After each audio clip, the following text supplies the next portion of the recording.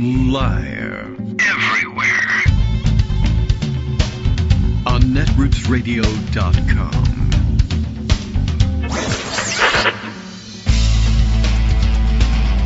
David Waldman. Kagro. In the morning. Now, here's David Waldman. Hey, good morning, everybody. How you doing? It's Friday, January 10th, 2025, 1 week since the beginning of the 119th Congress. Is that exciting to you? We're about an hour or two away from that, actually, but okay. If it's important to you that we get it on the dot. I think it happens after the show. What do they convene at noon? I don't know. Anyway, we are also 10 days away from inauguration, counting down until that weirdo, demented idiot is in charge again, and people start paying attention to him and doing his bidding as though he were in fact president. Well, it's one of the thresholds that gets passed. But he's spending the time in between pretending that he's president now. Although he didn't look very much like the president when he showed up at the Carter funeral. Apparently, everybody enjoying watching video clips of what is said to be George W. Bush snubbing him, that is, walking past him without offering a handshake or anything like that, and then having a bro kind of a moment there with Barack Obama, who was sitting next to Trump, doing it was a very frat boy looking thing, actually. And really, I don't know whether it was a snub or not. You'd have to ask W, I guess, and he'd say no. So I guess as far as that takes you, he's going to his seat, essentially. Trump makes no motion towards him, doesn't stand up or anything like that. Trump doesn't stand up for anybody, right? I suppose if you started playing the national anthem, he'd stand up. And I'm sure during the worship service, there were times when everybody stood, so he stood too. But he wasn't going to get up or offer a hand. But he was probably, sort of kind of waiting. He thinks everybody should come up and offer them their hands. And at any rate, he walked right past him because Trump didn't make any motion to greet him. Obama stood up for whatever reason, maybe to offer a handshake, and then W, in his frat boy kind of way, doesn't do a handshake. He gives him a back of the hand knuckle rap in the chest, like, sit down, you're so funny. You don't need to stand up for me. Hey, pal, how you doing? Which, I don't know what that's supposed to mean. I don't know whether he means it. I don't know whether as ex-presidents they no longer have that kind of animosity toward one another. I think that's what it's supposed to look like. I don't know whether it's really true. I don't know that that's any more of a sign of respect for Obama than for Trump, or he just didn't notice that there was an old guy sitting there and he didn't move, so whatever. I don't know. Anyway, I don't know whether that's supposed to be copium or what, but it's of no interest to me. Of more interest to me, the movement in the courts in the last couple of days, everybody handling emergency appeals, and there will be more, I think, emergency appeals to the Supreme Court by Donald Trump, as he just throws everything he can. All the ketchup is being thrown at the wall to see what sticks. We'll catch up with some of that material. Let's do that. We'll do it right now, as a matter of fact, because why not? Friday, it's the last chance to do this sort of thing. And we're behind. So let's see. Oh, it looks to me like I need to reload Pocket or something. Like there's some pieces missing here. It seems like the last couple of things that I sent are not in here. All right. Well, we'll have to go and we'll look around and see if we can find all these things. Anyway, the news from the Supreme Court is, some of this stuff is in here. Okay, is this. They didn't do the craziest possible thing. We spent yesterday, or part of the end of the show yesterday, explaining exactly why, and maybe we should run through all of that, and then that'll lay the groundwork for what they did. But explaining exactly why the Supreme Court really had no business taking the case, and really should have told them ahead of time, no, this is not going to get our review. But they had to review it because a significant portion of the court is crazy and in Donald Trump's thrall, and you have to take measure of how closely divided it is. And we dodged a bullet. It was a 5-4 decision to do what the legal experts we were reading yesterday said really had to be done. You may recall the issue was Trump was looking for an emergency stay of his sentencing, which is supposed to be happening today. And in the least intrusive possible way, which is partly what preserved it, by the way. He can appear remotely, and the expectation is that Justice Merchan, as they call him in New York, even though he's not, on the high court there, but you've heard all of that before, intends to impose sentence, but then grant unconditional discharge, unconditional release, however you want to put it. So that basically he doesn't have to, we'll have no probation, no parole, no nothing like that, no home arrest, nothing. He's just let go. Not even his own recognizance, because that would be kind of worthless too. But the idea is, all right, well, we acknowledge that he's going to be president of the United States, and it would be a little awkward to have him under sentence here in New York. But he did do this thing. He was found guilty by a jury of his peers, who I know we've been running around saying convicted, and I've fallen for that too, which ordinarily that is enough to do it. But, again, nuance, right? Apparently there's the prevailing legal theory is that the conviction doesn't attach until sentencing is handed down, even if the sentence is suspended or the sentence is unconditional discharge or whatever you want to term it. That still has to happen in order for the conviction to attach. And I don't know whether people were going to then, whether MAGA folks were going to run around saying, no, you all said he's a convicted felon and he isn't. Ha, the joke's on you. I mean, we all saw what happened with the court, but it is the kind of thing they could talk themselves into. Anyway, so we read part of what Steve Vladeck had to say about why this was no good. And I don't know if we made it all the way through. I don't think so, but we got the gist of it.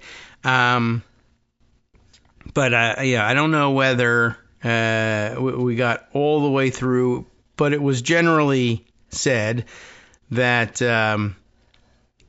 the idea of intervening at this point was outside of the Supreme Court's jurisdiction. They were being asked to grant a stay of the sentencing proceeding, but a stay is only appropriate when when it's necessary for a court to step in to prevent irreparable harm.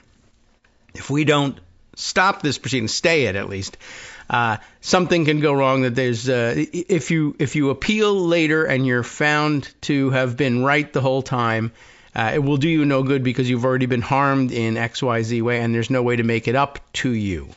That's irreparable harm. Except, of course, the plan is to sentence him to nothing, and not even to require that he be present in the courtroom that morning. And he can appear by video. He'll be told he's a very bad boy and then sent on his way. That's not an irreparable harm. If you don't have an irreparable harm that you can point to, you don't have a claim on a stay. If you don't have a claim on a stay, the rules-bound Supreme Court is supposed to say, this is the wrong tool. The answer to your question, will you talk about whether or not I can get a stay, is no, because the conditions aren't right. Go away. And we just weren't sure whether it would be 6-3 in favor of granting Donald Trump whatever he asks for, or something different. And it was something different, but only slightly different. 5-4. Only 5 votes among the 3 so-called liberal justices. And then sometimes Justice Roberts will show up for things like this. And this time brought along Amy Coney Barrett, who I guess is the most likely to be, embarrassed that she worked so hard to get through a really, top-notch law school and then ignored it all, is Amy Coney Barrett. Kavanaugh, I think maybe comes next, except he was drunk the whole time, so who knows? He just doesn't have fond memories of the schooling. I guess he just the fond memories of the drinking. I'm just guessing. But that's where it stands. So 5-4, a close shave for a really clear-cut case, as Steve Vladeck laid it out. I know we got through at least this part of it. And I think maybe That might have been all, although now I think maybe his paywall has kicked in. So let's see. I think that's probably all. That's what we got through yesterday with Vladeck. But I told you I had another Substack that was relevant to it. And it was Harry Litman, if I'm not mistaken. And let's go and take a look and see how he described things. And then we'll read the news coming out of the mainstream news coverage of the decision. As Litman put it, he too went right to the irreparable injury thing, and that was the title of his Substack entry. There's no irreparable injury here. The Supreme Court should deny Trump's stay motion, but that doesn't mean it will. That was the big danger. They could just ignore everything, and they very nearly did. It really, honestly, that should have been, people were commenting on it, it really should have been a 9-0 easy decision. Like, if you petition the Supreme Court for free pizza, they would say, well, we don't really deal in pizza. That's not actually a thing that we do. I'm sorry. 9-0, you have to leave. Anyway, so let's see. Oh, yes, right. It was Litman that kind of threw some garbage up at the top about housekeeping issues and then got down to the bottom line, where he started out by saying the court should deny Trump's last-ditch effort, but the brief gives the court the building blocks to save the day for him. We should examine what the hell that's about, as they've done in the past. How the motion comes out will depend on the court's reading of its own expansive opinion in the Trump v. United States immunity case. The cornerstone of Trump's argument is that allowing the Merchan sentencing to go forward on Friday, today, would violate that case. That is the immunity situation. And as we know too well, a claim of immunity generally entitles the defendant to an immediate interlocutory appeal. Do you all remember that terminology? Interlocutory appeal meaning right in the middle of proceedings. Ordinarily, you spot what you think is an appealable problem, an appealable error of law during trial, or even during an appeal phase, and you think that you've got new material for a different appeal, or an appeal of the outcome of your appeal even. You basically are instructed by the judges, look, you finish out this process that we're involved in, the trial, what have you, and see how it comes out. Because you may prevail, and then that would moot your appeal, wouldn't it? You don't care. There's no reason to do it. Sometimes there's some issue of law that still requires appeal. It's a rare thing, but it can happen. But generally speaking, you wait for the outcome, and then you say, all right, now, if you believe you should have been acquitted, but you're convicted based on whether it's inadmissible evidence or what have you, you then go and appeal your case. It's a rare thing that you're allowed to say, to stop the trial, and we can't go forward any further until this issue is settled. There's a mechanism for doing that, the interlocutory appeal, but it's a rare thing. Now, Trump is saying, I'm allowed that. Now, remember also that the trial is over. So what's interlocutory about it, I guess, is, well, we're about to hand down sentence. We're still involved in this proceeding. And ordinarily the courts say, go get your sentence and then appeal the sentence. You appeal the verdict and the sentence afterwards. What's the problem? Sometimes, very often, and a defendant like this will very often be given, all right, here's your sentence. Let's say if it was even 10 years in jail. Then they would say, well, we intend to appeal, and the courts accommodate that. You're free pending appeal, but, if you lose your appeal, you go to jail for 10 years. Everybody kind of understands that's how it works. So, as the court wrote in the original immunity case, the essence of immunity is its possessor's entitlement not to have to answer for his conduct in court. That's everybody's understanding, right? That is because even if he were exonerated, the possibility of an extended proceeding alone may render him unduly cautious in the discharge of his official duties. That's, floofy language for what? You have immunity. What does that mean? That means they can't even charge you and hold a trial for you because it could waste your time, essentially. And you're the president of the United States. You're supposed to be busy with national security and stuff like that. And if you have to defend yourself at trial, It could be a big problem for discharging your presidential duties. And so we worry that you won't perform your job to the best of your abilities if you're constantly looking over your shoulder, worrying about the possibility of being dragged into court. Therefore, we grant you immunity to just wave that stuff aside. You will not be brought into court. The purpose of immunity is to prevent you from having to waste your time while president on trials.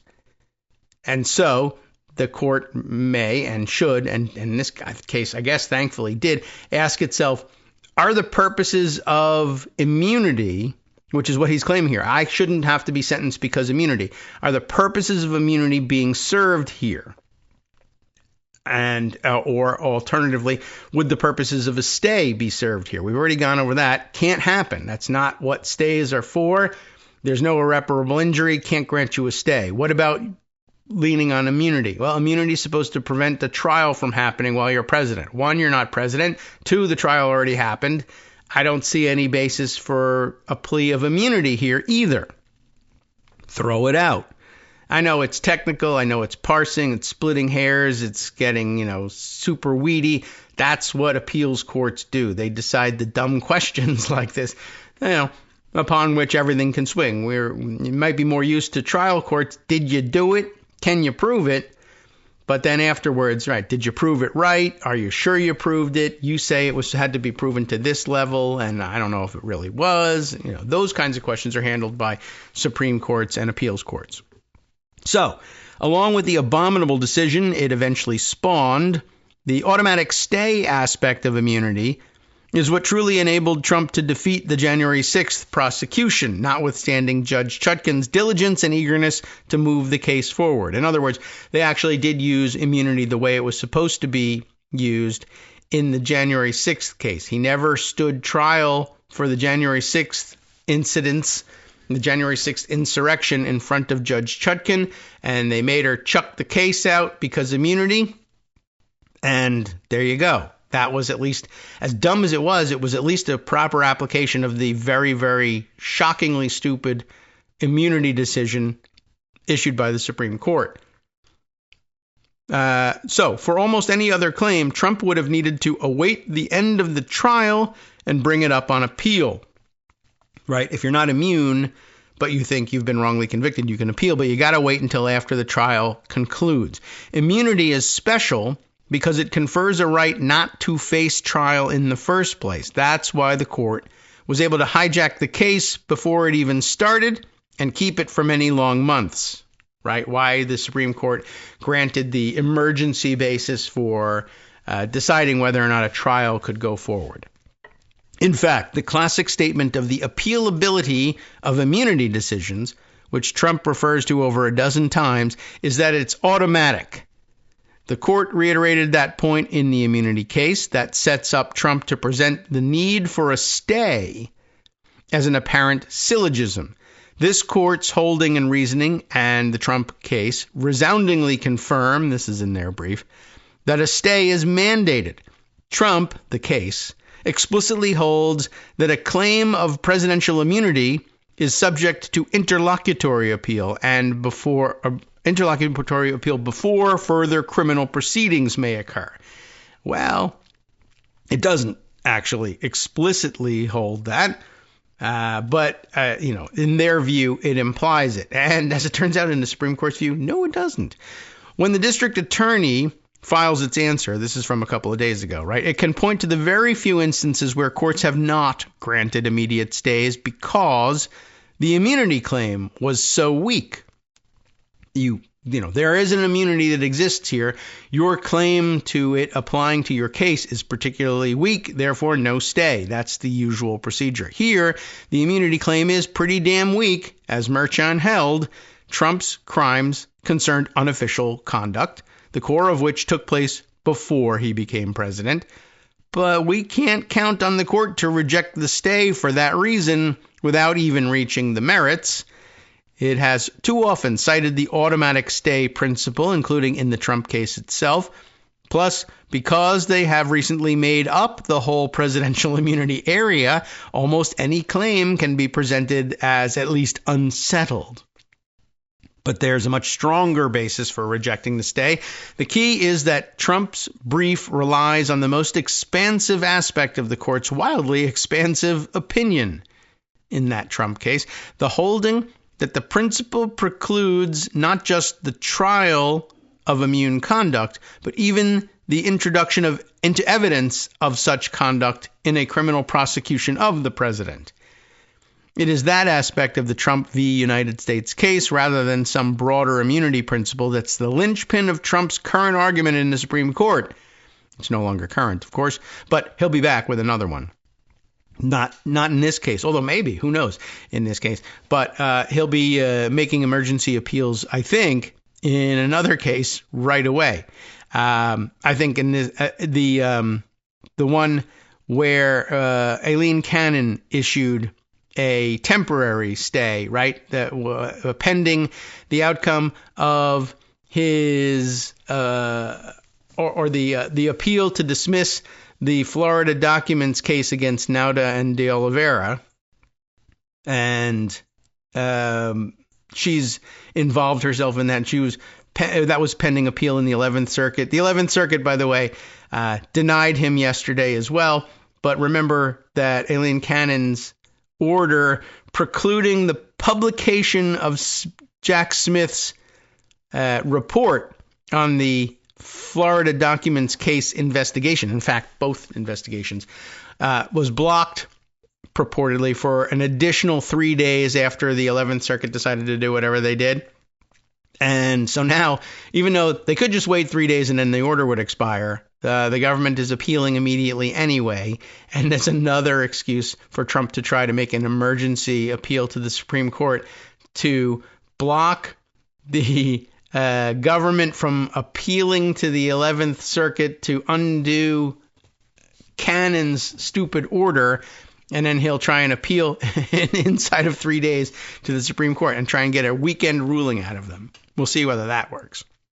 Anyway, back to this crazy piece of garbage. The piece is very nice. In the aspect, that aspect of Trump v. United States case, the introduction of evidence, certain kinds of evidence into a criminal prosecution of the president that they are looking at here. The core of the argument is that Merchan wrongly admitted evidence of immune official acts. What would they be? Who knows? But that's what they're saying. For example, the jury, here we are, heard a conversation that Trump had as president in the Oval Office with Hope Hicks. How does she do it? Who was, of course, his then communications director and pants steamer, when she told him that the Wall Street Journal was about to publish the Stormy Daniels story. Or it also heard various statements that he made as president. This conduct, as opposed to the core of the case, at least has some plausibility as immune, because he was president, after all, even if the better view is that it, too, concerns unofficial conduct. There are definitely things you do as president that are not official conduct. Go to the bathroom, for instance.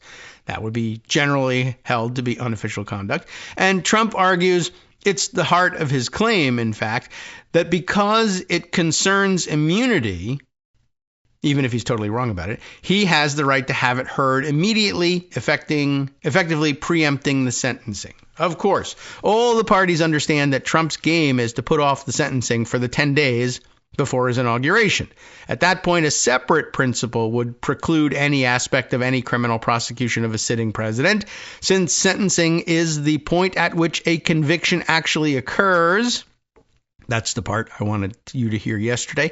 He thus would have escaped conviction in the New York case, just as he has in all the other cases. All of them started and ended before he was convicted. So, if you conclude, as I argued in yesterday's Substack, which we didn't read, that we have a deep interest in securing the accurate verdict of history, the stakes of this last-minute maneuver are immense. Well, there's a little bit more we'll try and cram in before the first break. The reason the court should reject Trump's claim, and they did, thank God, is that the automatic appealability principle should not apply where the defendant is objecting to the introduction of evidence in a completed trial.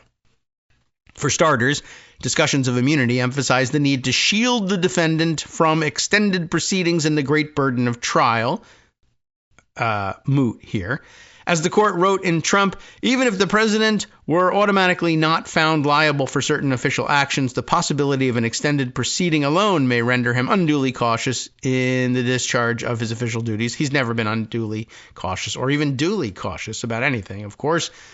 So, there's an argument to be had there, though no one will entertain it. Here, of course, we're not talking about extended proceedings, but a half hour or so during which Trump could get a stern lecture from Merchan, followed by the imposition of an unconditional discharge, the practical equivalent of no sentence at all. But there's an even cleaner reason challenges to the introduction of evidence of immune conduct should not give rise to an immediate stay. Again, the essence of immunity is a right not to have to go to court in the first place. The principle doesn't work for a claim that the trial court improperly admitted items of evidence. Unlike a prospective trial, any harm, even if there is any, has already occurred. It doesn't make sense to provide a stay to keep harm from happening. Already happened. Assume that Trump were right in the Hope Hicks conversation in that it should never have been admitted. The Court of Appeals can say so, and if it disagrees with Merchan that any error was harmless, it can reverse the convictions when it considers all his other claims on appeal. I should say if it considers his other claims on appeal. That's true. We're not certain that they would agree to do that or even which court would do it. But because if the sentencing doesn't take place, and even if it does, we are in such an Alice in Wonderland posture that the case may evaporate anyway. None of that has anything to do with the pronouncement of sentence, though, which follows as a matter of course now that Trump has been convicted. Consider this point in terms of the factor of irreparable injury, one of the key factors that Trump has to establish to secure a stay. There isn't any. Hi, I'm Scott Anderson, the guy that writes the daily summary for this show, Kagro in the Morning. Thank you to everyone that supports this show. Many of you send donations through PayPal, Patreon, Square Cash, Radio Public, and so on. Some of you write your own essays and send them in, or read articles with your own commentary. We appreciate it. Now, some of you are listening to this and thinking, I'd like to help, but isn't there something I could do that wouldn't require money or effort? Why, yes, there is. You can just like us. On Daily Kos, they call it the recommend button. YouTube has a thumbs up. There are hearts and likes and love buttons. Tap our love button. Tap our love button every day. Share our shows and summaries on Facebook and Twitter, YouTube and iTunes, Stitcher and Amazon. Most of these places allow you to write a review, so a sentence or two would be great. Recommend us to social media, or tell your friends to listen to the show. You aren't just helping us, you're helping them find their new favorite thing to listen to. You could change the world. So thank you in advance from me and everybody else in the world. All right, welcome back now to the Kagro in the Morning Show here on Netroots Radio. There's a little bit left to what Harry Litman has to say, but I think this may be gilding on the lily at this point, but we now understand why he puts things this way, right? Considering what Trump is looking for, and looking for the stay because whether a stay of the sentencing or reversal of the conviction because of inadmissible evidence, and it was inadmissible because he's immune. No, doesn't work that way. And for the stay, you need that irreparable injury, and there just isn't one. And that's because any injury that he had as a result of either the introduction of inadmissible evidence or the sentencing, which doesn't hold out the promise of any irreparable injury. But what about the introduction of evidence that should have been blocked? Is that an irreparable injury? No, not really. I mean, Trump says yes, and his reasoning essentially comes down to this. Now people have heard that I did something bad, and it's impossible to make them forget it, so that's an irreparable injury. Now, in the legal sense, the irreparable injury is, can you, if it was impermissibly admitted evidence and you think that the convictions hinged on that evidence, gee whiz, I wish they would design a process by which you could do something about that. Oh, it's actually called appeals courts. Yeah, you appeal your conviction, and you go to the appeals court and say this evidence should never have been admitted, and had it not been admitted, I wouldn't have been convicted. They consider whether or not they think that's realistic, and they tell you your appeal is either granted or not. And that's the repairing of the injury. You haven't really been injured. There's, reputational damage, I suppose, is possible. But then if you are vindicated on appeal, nobody's better at bragging about vindication on appeal when it happens than Donald Trump. He's the key to the repair of his own injury. So for almost no defendant in the world is there less reason to believe that appeal can't provide repair to the injury. So anyway, all the factors that really are necessary and all the reasons for having either a stay or interlocutory appeal just don't exist here. And you don't even really have to twist it into, we'll interpret this differently because Donald Trump. No, you can do standard interpretation and still see that there's nothing to hang your hat on here. The things you're asking for aren't available to you. They wouldn't be available to anybody in your position, but especially not you. And some of it is because you are who you are. You're not going to get any kind of sentence because of who you are. So it's even less likely that there would be irreparable injury. Anyway, so let's see. There we are, right? Any injury that he's claiming for the evidence-based claims are easily repaired the same way as any erroneous admission of evidence would be. The defendant appeals, the Court of Appeals reverses, ordering a new trial if that remedy is appropriate, or just dismissing things. This analysis would be straightforward in the case of any other defendant, even one claiming immunity. An objection to the improper admission of evidence is very different from an objection to holding a trial in the first place. Don't forget that. That's key difference. The jury shouldn't hear evidence of, for example, improperly seized property or a coerced confession, either of which would violate express constitutional provisions, like in a normal trial for a normal person. But once it has, the system has a ready remedy, which means what? It means it's not irreparable. It's got a remedy. And if the system has a remedy in any other case, it has one here. Second, Trump's argument here is really another effort to enlarge the concept of presidential immunity to include a president-elect, which is even dumber, right? But as I've argued before, and as should be completely apparent to the court, the line between a president and a president-elect is impermeable for important constitutional reasons. We only have one president at a time, and that fact is essential to any serious notion of executive power. Right? Actually, Trump in about 10 days will be arguing exactly that there's nobody else but him that has executive authority.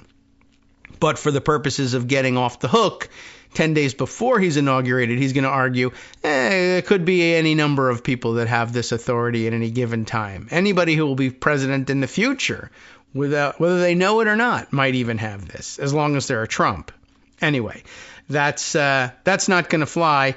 And yet it got 4 votes yesterday from Supreme Court justices. How many presidents do we have according to the Constitution? Whoever we have plus Trump is now the answer. How do you like that?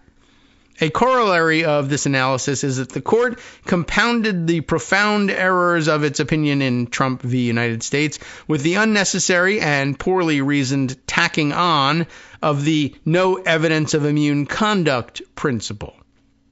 Even if we were to accept the wisdom of the core of the opinion, which we should not, the afterthought of barring evidence exacts a cost to the criminal justice and jury systems that the concept of immunity itself cannot justify. Now we're really getting high-minded here. Instead, the system is already equipped to handle any problem through curative instructions or appellate review. Justice Barrett was right to part company with the rest of the court on that point, and she did.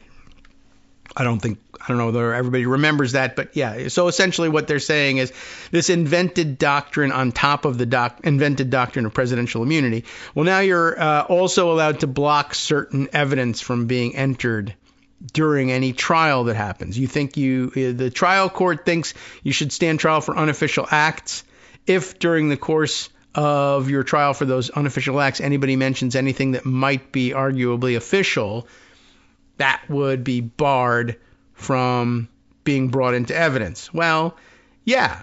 Okay, so, I mean, as dumb as that concept is, sure. Now, how do we deal with it? Ordinarily, you got evidence that shouldn't have been entered. You think it affected the outcome? Appeal. But instead, they say, no, I don't know exactly what they say, right? There's evidence that shouldn't have been introduced. Call the whole trial off. Everybody go home. It does not work like that. Or, as we say here on the show, that is not how this works. Although sometimes we get a little extra excited about it. Perhaps recognizing this key flaw at the heart of his argument, Trump tries to manufacture a new sort of injury that applies to presidents only. Unless, of course, you're not president at the time, in which case it may also apply to presidents-elect, namely the public stigma and opprobrium, which, he posits, could compromise his ability to carry out his constitutionally assigned functions.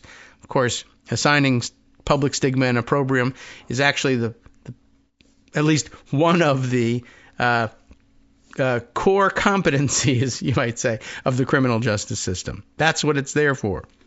When I read this, or when I read this, I guess, my immediate unpleasant thought was, that's just the kind of drivel that the pro-immunity contingent of the court could embrace. But it shouldn't. The first response is, if the conviction fits, wear it. The opprobrium or stigma would have been just as great if the conviction, or any conviction, had occurred a year ago. In other words, it's a function of facts in the world, not a constitutional violation by the courts of New York. Relatedly, the stigma already attaches by virtue of the jury's decision after a long trial, which I attended, and at which the evidence was overwhelming. It is Trump who is now trying to leverage his coming tenure to erase it. So how could the court handle Trump's request for a stay and his desperate effort to take Friday's sentencing off the calendar? It should deny relief by concluding that Trump has failed to establish irreparable injury, as a stay requires. That wouldn't prevent Trump from bringing this precise claim on appeal after conviction, but there is no real connection between Friday's scheduled sentencing and his immunity arguments. So there's no justification for the convulsive disruption that Trump is insisting on. What would defeat that analysis is a wooden reading of the immunity opinion that fails to grasp the distinction between the body of the holding and the particularly unwise appendage that the court grafted onto it, the evidence part. There was a day when we might have predicted with confidence that the court wouldn't bend so far in that direction, much less insert itself so forcefully into the political fray, particularly at the last moment. That day ended, some would say, 24 years ago. Today, the possibility, Bush v. Gore, I assume, today the possibility of another high court overreach is coming at us like a freight train. Well, guess what? Thankfully, somebody recognized there was a trolley problem going on and threw the switch, and the freight train / trolley isn't gonna be on our track. So we lucked out in that one, and we now have more news. Let's see. Do I have any write-ups on it or just people tweeting about it yesterday? There's an awful lot of, not tweets, but, blue sky posts about this, and I have to kind of open them all up. Here's the one about the Cannon case. And let's see. I got to open them all up and see which one's which here. That too is about the Cannon case, but I'll just keep it open just in case. It needs to be used to supplement the rest of our coverage of it. And then let's see. All right, how about this one? I think this one might have been the Supreme Court decision. I'll take a look here. Yeah, here we are. Chris Geidner appears twice in my feed here. The first one, the breaking news that SCOTUS on a 5-4 vote, yuck, will not stop Trump's Friday sentencing in New York court. So there you go. It's pretty simple and straightforward. The order, basically, the application for stay presented to Justice Sotomayor and by her referred to the court is denied for, inter alia, among other things, the following reasons. First, the alleged evidentiary violations at President-elect Trump's state court trial can be addressed in the ordinary course of appeal. Harry Litman's right. Second, the burden that sentencing will impose on the president-elect's responsibilities is relatively insubstantial in light of the trial court's stated intent to impose a sentence of, quote, unconditional discharge after a brief virtual hearing. So, I did see some people worry that, does that mean that if, that basically he could have gotten a stay if Judge Merchan was going to impose some greater sentence, even if he was going to suspend it afterwards? Open question, I guess. But they were relying on, now this would be interesting to have a rug pull from Justice Merchan. He's got no intention of doing it, but supposing he did it and said, you know what, screw it, 10 years in prison. Well, there would be, of course, an emergency intervention there to see to it that and it'd be interesting, too, if you really wanted to read it this closely. You can't sentence a sitting president. Well, he isn't one. Well, soon he's going to be one. Well, he'll be one when he takes the oath of office, yeah, but he can't take the oath of office because he'll be in prison at the time. Oh, well, we could go there and administer the oath of office to him in prison. I guess you could. It would be really interesting, too, right? A New York State prison, presumably. Do we admit federal authorities for the purpose of administering an oath of office to this inmate that the inmate will then leverage to free himself from prison? I don't know. It is a state prison. Does he have the authority to do it? I don't know also. Well, anyway, it doesn't matter because they're pretty much counting on Justice Merchan sticking to his word, and I think you can probably count on that. The only other note from this that's necessary is, of course, that I remind you that Justice Thomas, Justice Alito, Justice Gorsuch, and Justice Kavanaugh would have granted the application. Baseless though it may be, there were 4 justices, and they are named here, Justices Thomas, Alito, Gorsuch, and Kavanaugh would have said, you want to stay and there's no irreparable harm, I'd give you a stay. You want a stay because there was evidence that should never have been admitted at trial, even though the appeals process is still available to you, we'll do it anyway, because you're a very, very special boy. 4 votes for that. So I assume there have been some write-ups on it since then. And maybe I'll go and grab some, but I really want to. This way, I know we're a little bit behind the curve by reading the predictions as to why this case should come out this way. And then, luckily, it did come out that way. But you're probably now, that's probably the way to tell you more about what was at stake and understand it better than writing about it after the fact.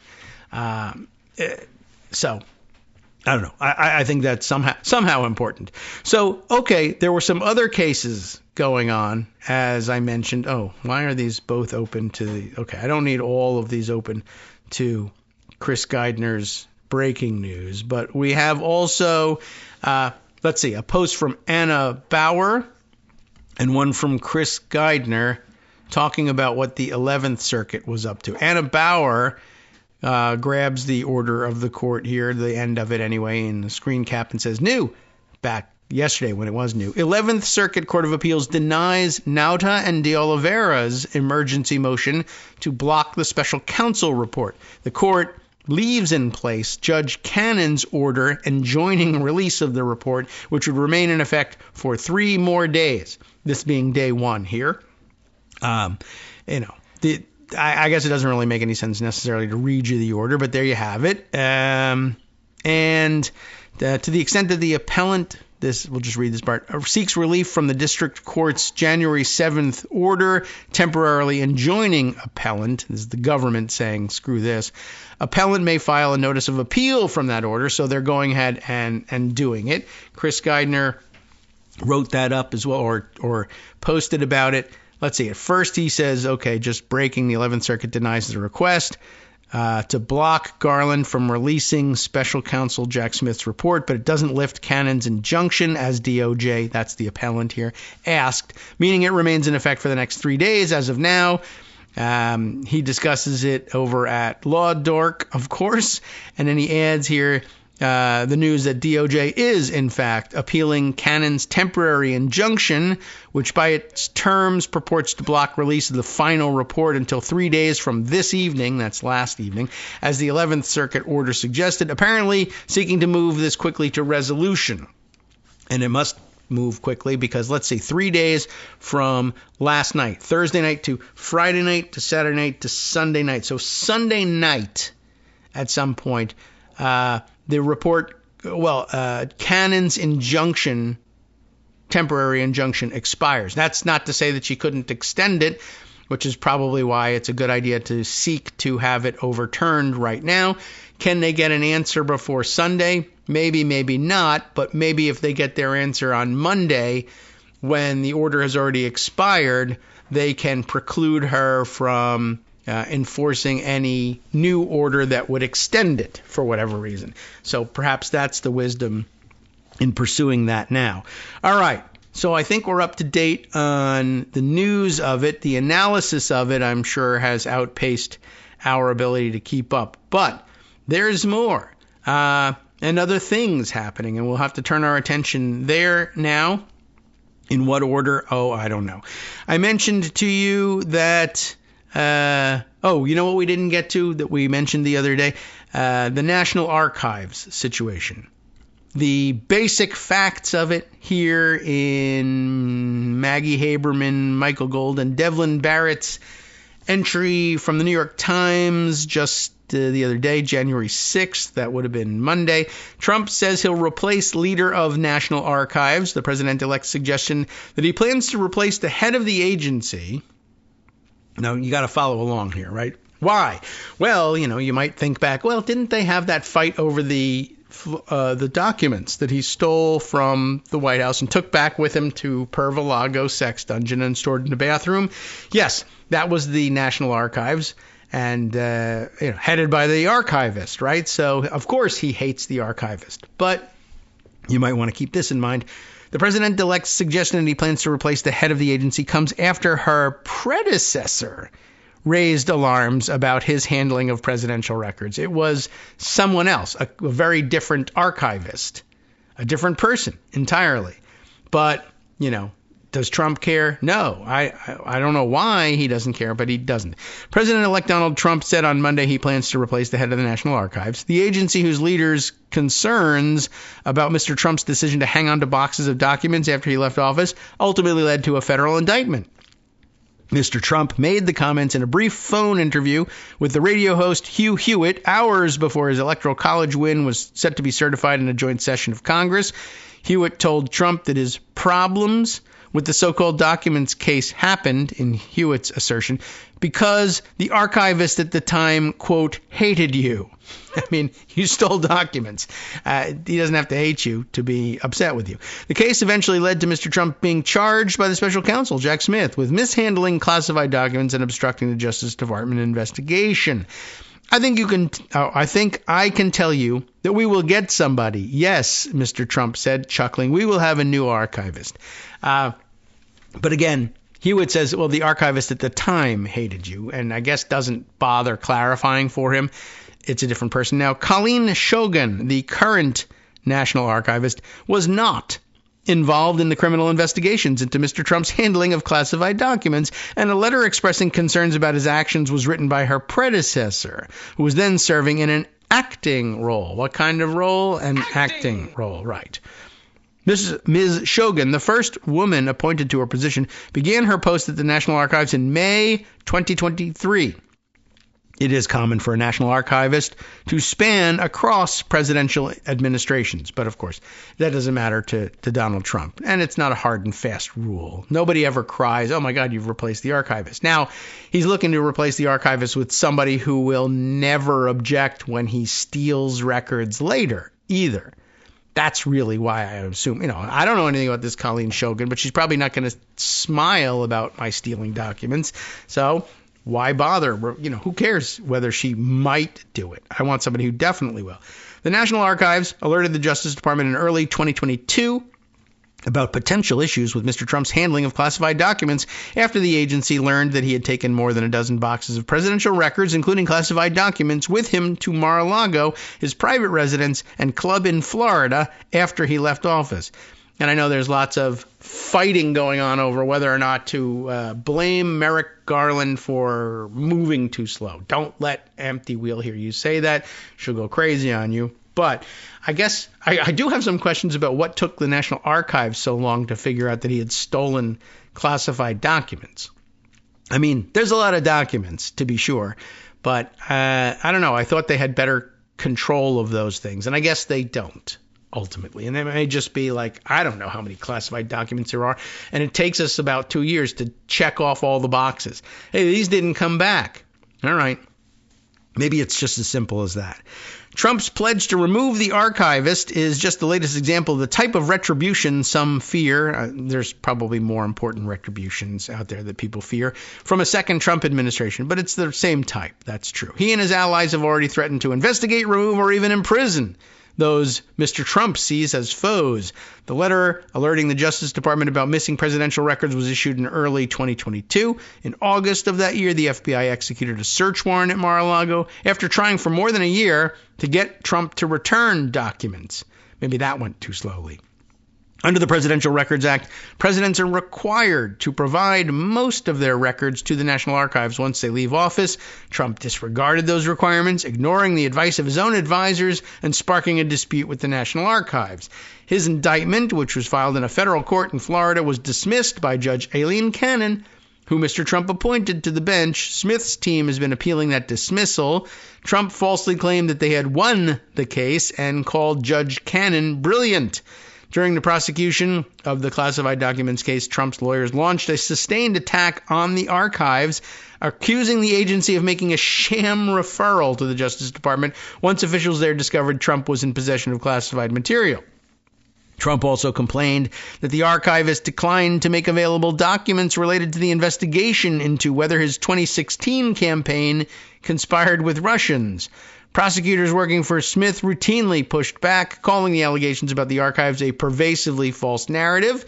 The case was ultimately dismissed last year by Judge Cannon, who ruled that Smith had been unlawfully appointed to his job.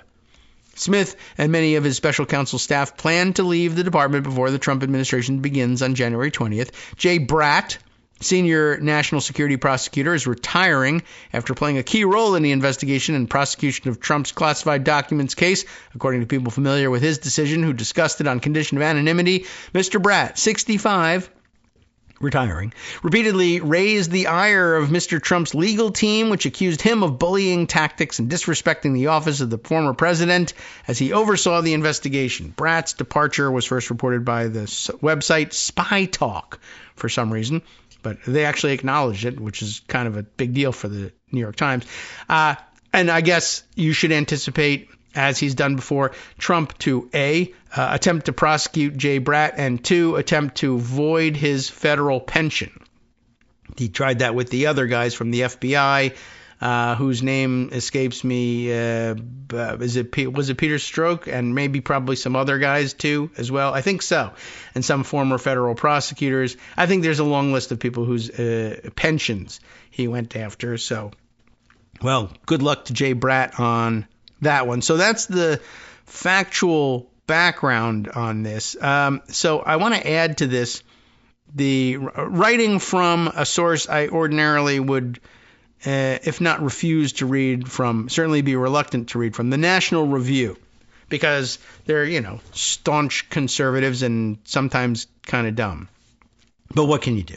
Everybody's kind of dumb from time to time. Would you be interested, just for kicks, in an argument from conservatives about why you shouldn't replace the National Archivist? Not just any National Archivist, this one, I guess. Dominic Pino wrote this also on January 6th for, again, National Review. There are all kinds of government officials who should be replaced. He's not non-MAGA. And Donald Trump as president will have the power to fire them. Archivist of the United States Colleen Shogan should not be one of them. Why is that? Why are they so enamored of her? When asked by Hugh Hewitt on Monday, Trump said, quote, "We will have a new archivist." Hewitt was asking in the context of the now abandoned classified documents case against Trump. It's understandable why Trump is upset by what he views as a politically motivated investigation conducted by his political opponents, but Shogan was not part of the prosecution. So, they're looking for logic here, and I think they're going to be disappointed. Presidential documents legally belong to the National Archives. He's willing to admit that after a president leaves office. So the classified documents investigation necessarily involved requests to the National Archives and from.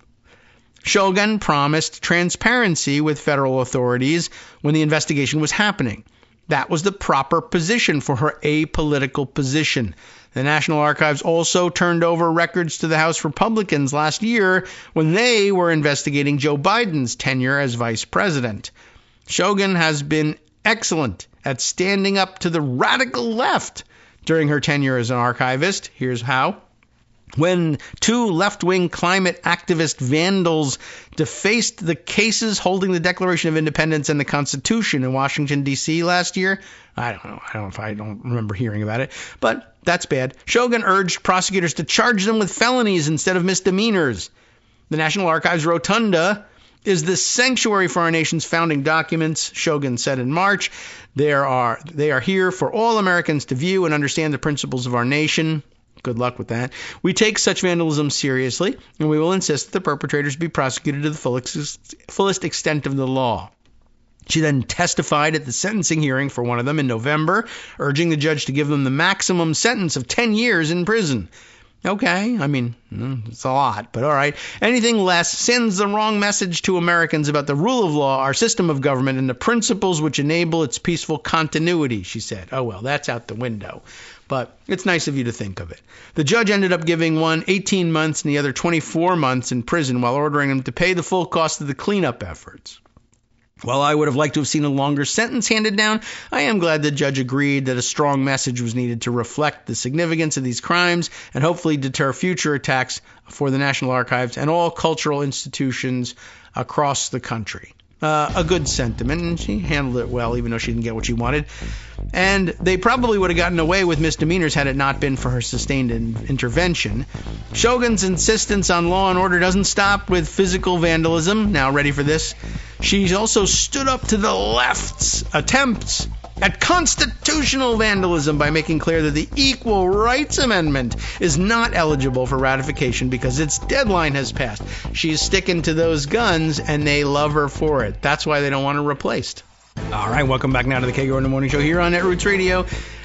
Let's finish out this National Review thing. There's more respect than a National Review is ever due, but just to reiterate it and so that you make sure you hear the point. Yes, they're also saying, well, you shouldn't replace the archivist because she helped block the publication of the Equal Rights Amendment. And that is, therefore, in their view, a good thing, and that's why you should keep her. And I'm sure Trump will be very happy about that, but he'll also be happier if he says, I don't know anything. This is what will make him happy. He'll say, I don't know anything really about this Colleen Shogan. She's made a good show for why she might be trustworthy, but do I really want might be trustworthy, or do I want definitely trustworthy? And I don't know. I mean, I guess because he's committed to it, he might follow through with it. He may even have somebody in mind for the job. I don't know who. Christina Bobb, maybe. He'll do that. Isn't she the one that ended up in trouble with the archivist's office for vouching for their having conducted a search themselves of Mar-a-Lago and having returned everything? Kash Patel, by the way, who already, I guess, has a job lined up in the next administration. I suppose if he doesn't get it, though, if they reject him as FBI director, they can make him archivist instead. I don't know whether anybody would buy into that, but wasn't he supposed to be, he was like the official agent for dealing with the archivist on behalf of the office of the former president down in Pervalago? And he might want to take that department apart, too. Anyway, as we left off, they were very pleased over the National Review that Colleen Shogan had stood up to the left and their constitutional vandalism, trying to get the Equal Rights Amendment published. Senator Kirsten Gillibrand, of course, has been leading a campaign to have the archivist ignore Congress's ratification deadline, as they view it, and enshrine the ERA in the Constitution based on post-deadline ratifications, they enclose in quote, by state-level Democrats, but that's who's supposed to ratify them. It's not like they exceeded their charge here. That's state-level Democrats. Well, yeah, you mean there were Democrats, that's true, but that's interesting that they even bother to try and slip that demeaning definition in there. Ratifications weren't by state-level Democrats. They were by state legislatures. It's just you lost those state legislatures to Democrats. It's not like they got together at a state Democratic Party meeting and said, we declare it ratified. No, it was the state legislature. So they very purposely avoid saying that. Shogan and the deputy archivist, William Bosanko, made clear in a statement last month that the ERA, quote, as they wrote it, cannot be certified as part of the Constitution due to established legal, judicial, and procedural decisions. This is in accordance with years of sound reasoning by legal experts from across the political spectrum, including supporters of the ERA, such as Ruth Bader Ginsburg. But, of course, it does stand in the face of the position taken by the American Bar Association, and there are a couple of lawyers involved there, as well as legal experts, and sound legal reasoning for why you should have ignored the preamble to the amendment. The text of the amendment doesn't include anything about timing or time limits. Preambles don't count. That's an old argument and has been widely adopted and successfully adopted in the past by conservatives who now want to throw it out and pretend they never argued that. Shogun's predecessor as archivist, David Ferriero, formed a task force in the aftermath of the George Floyd protests that issued a report saying that the National Archives building is an example of, quote, structural racism because it, quote, lauds wealthy white men in the nation's founding while marginalizing Black, Indigenous, and other people of color, women, and other communities. The report also called for trigger warnings and safe spaces at the National Archives. Really? For seeking to undo left-wing bias at the archives, Shogan has been smeared as trying to whitewash American history by left-leaning historians, and congressional Democrats accuse her of censorship. The archivist's job is nonpartisan, when you do the right thing, and according to National Review, I guess. The term is not fixed in length, and the archivists frequently span multiple presidential administrations, retiring of their own accord. Colleen Shogan has a solid record of standing up to the radical left in defense of American institutions and history. That's exactly the right kind of person, they say, to lead the National Archives, and Trump shouldn't take out his justified, wrong, anger against lawfare by firing her. But ultimately, he doesn't give a crap about National Review or Dominic Pino or rewarding people who, quote unquote, did the right thing. He just wants to hand jobs to flunkies, and she might not be flunky enough. So anyway, I just thought you might be interested in why conservatives might think that the right thing to do is leave the archivist in place, and why Donald Trump won't do it anyway. Or if he reverses himself, now you'll know why.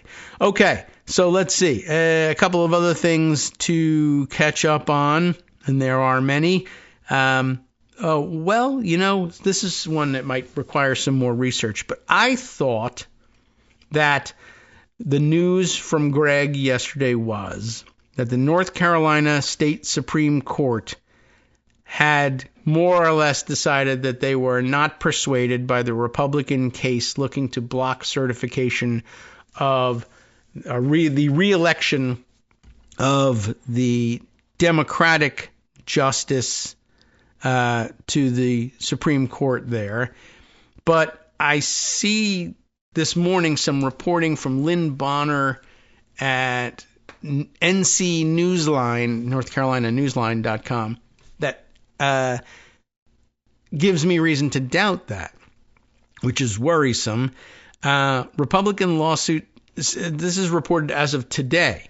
Republican lawsuit seeks to throw out votes in all North Carolina statewide races. I don't know whether this is a second attempt at getting around the issue because the Supreme Court declined to take up the case or what, but I guess they're not done there. While all eyes were on Judge Jefferson Griffin's attempt to discard ballots in a case that's now with the state Supreme Court, although I thought it was, maybe they didn't issue their ruling yet, but I don't know.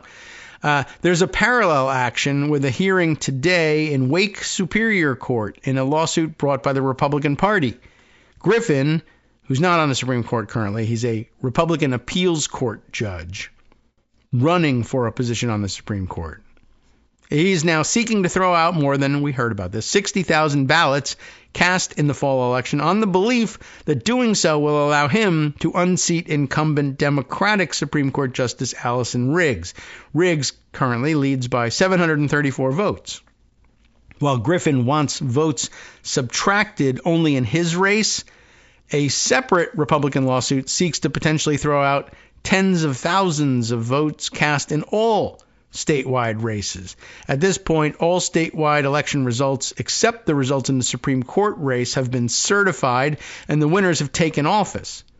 The Democratic National Committee will go to court to formally oppose the GOP suit, but there's a good example of the sorts of things that the DNC actually does do. So people have weird ideas about what they think they do. This is something they actually do. Most of the ballots Griffin is seeking to discount were cast by people he claims did not provide driver's license numbers or a partial social security number on their registration applications. He argues those voters are not legally registered, though many have been registered and voting for decades. State law does not require voters to have a driver's license number or social security number. Well, it's on the form, yeah, but it doesn't really belong on the form since state law doesn't require it. You just put it on there as a way of tripping people up.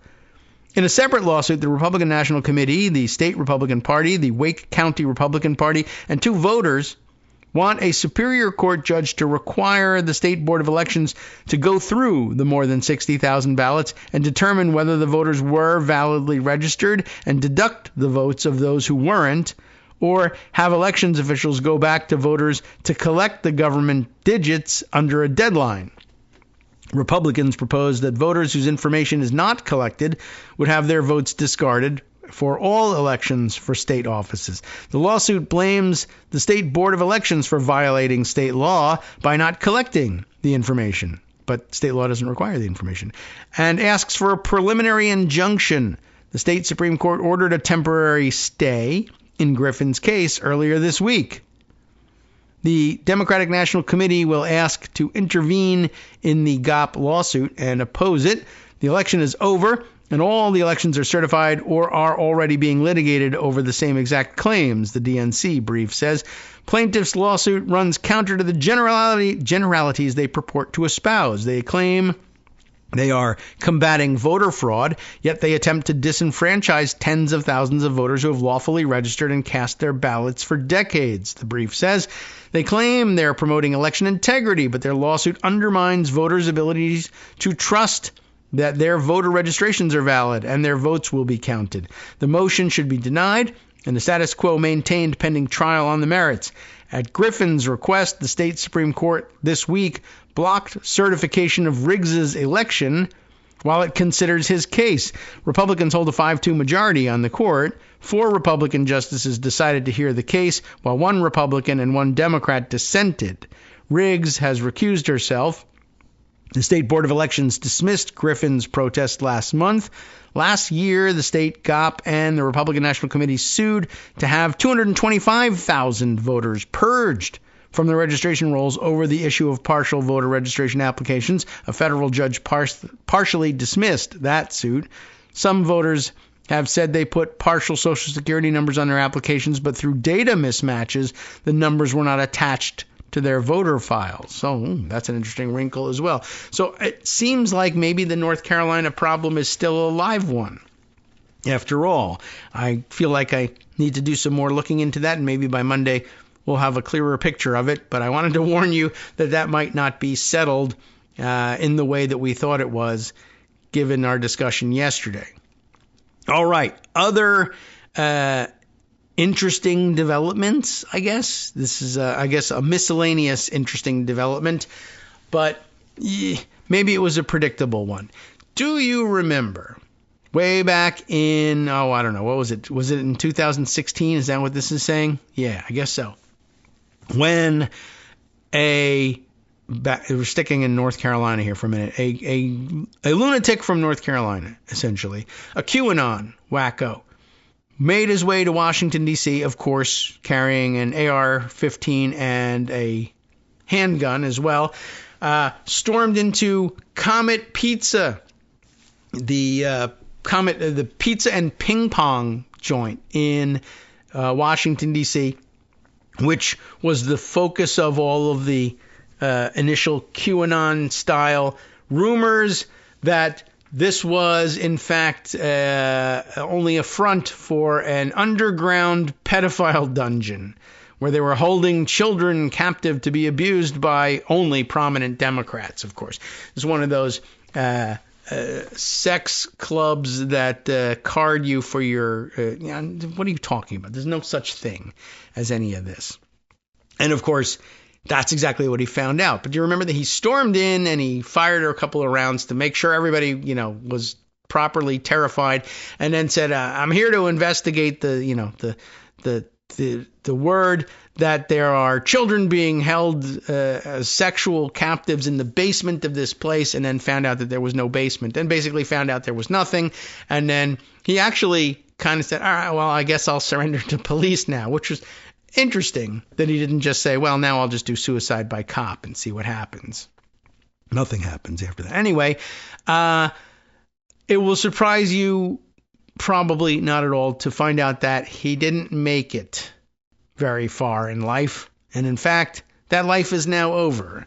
The new news is that the Pizzagate gunman has been killed by police during a traffic stop in North Carolina. Sad in the sense that another traffic stop somehow has ended in a death, but guess how it ended? It ended with this wackadoodle, Edgar Madison Welch, similarly disregarding all boundaries, societal boundaries, and then getting himself killed over. He probably should have been killed during the 2016 standoff, but I guess, I don't know, at that point he had the sense to drop his weapons and put his hands on his head. And in this case, not so much, as it turns out. In 2016, NBC News' subheader tells us Edgar Madison Welch, with 2 D's, by the way, I don't know, traveled from North Carolina to Washington, D.C. and fired shots in a pizza restaurant, acting on a conspiracy theory that had spread online. Should have been an early warning, and it was. We just didn't know what to do about it. Megan Leibowitz reports this for NBC News. The Pizzagate gunman who fired his rifle in a Washington, D.C. pizza restaurant, as we said, acting on debunked conspiracy theory, has died after police shot him in a traffic stop. Edgar Madison Welch was shot by police over the weekend and died from his injuries Monday, authorities in North Carolina said Thursday. Almost 10 years ago, Welch made national headlines. That's maybe what he was after, when he traveled to the nation's capital from North Carolina and fired shots in the Comet Ping Pong restaurant, spurred by a conspiracy theory that had spread online. Prosecutors said at the time that Welch was trying to investigate an internet conspiracy theory about the pizza restaurants being home to a child sex trafficking ring connected to prominent Democratic politicians. A false claim that became known as Pizzagate, and which, by the way, many prominent Republicans still insist they believe, mostly to troll Democrats, but they say it anyway, and you should be disqualifying them from public office or public discourse for that reason. Welch, who was 28 when the incident occurred, ended up surrendering to police after he did not find evidence to support the conspiracy theory. According to court documents at the time, Welch was sentenced in 2017 to 4 years in prison after he pleaded guilty to weapons charges.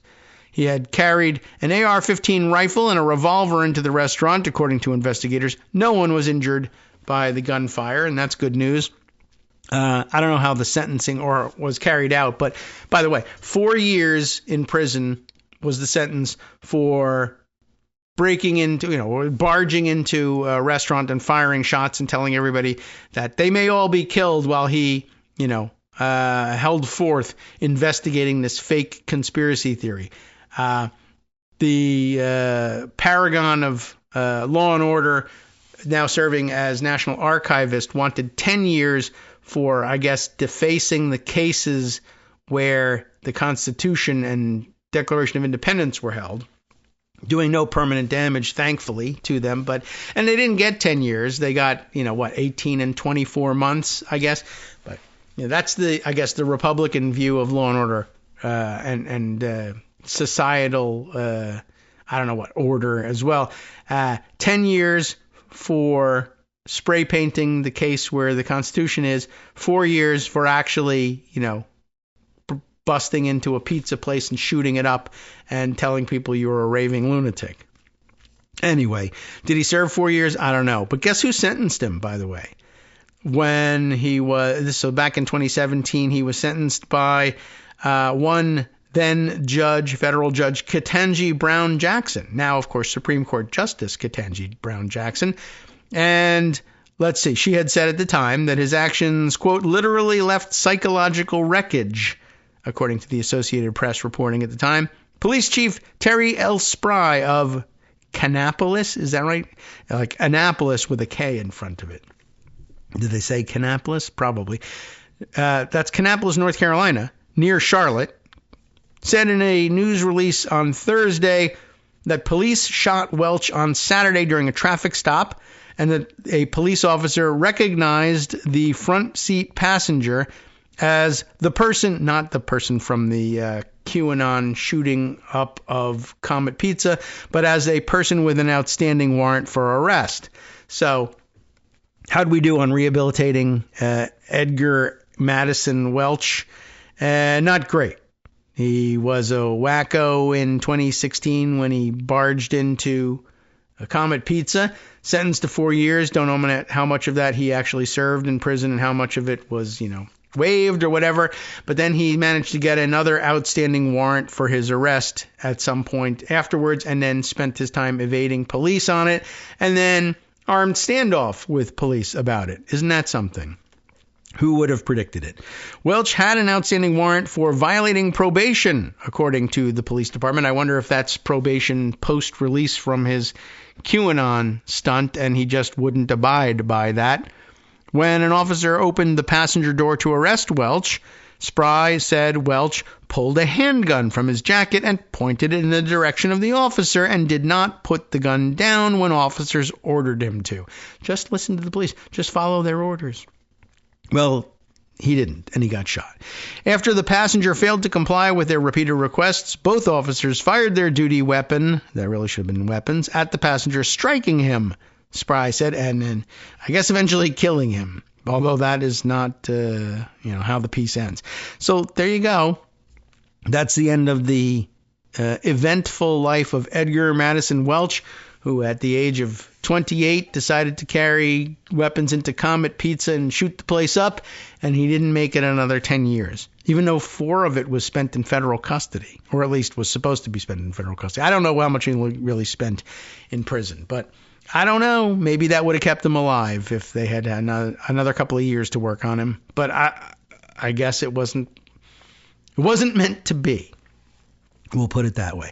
All right. Let's see. Other things to cover, and there are several. Let's see. That's a minor point. Maybe we can shoehorn that in before the break. I don't know. In the grand scheme of things, this doesn't seem to matter a great deal, but it's there. So I'll just put it out there. The New Republic reporting on this. Ellie Quinlan, Houtling. I don't know. How do you pronounce this? Ellie, maybe you can tell us. Quinlan is easy enough to figure out. Hough, sometimes how, like how, who, how.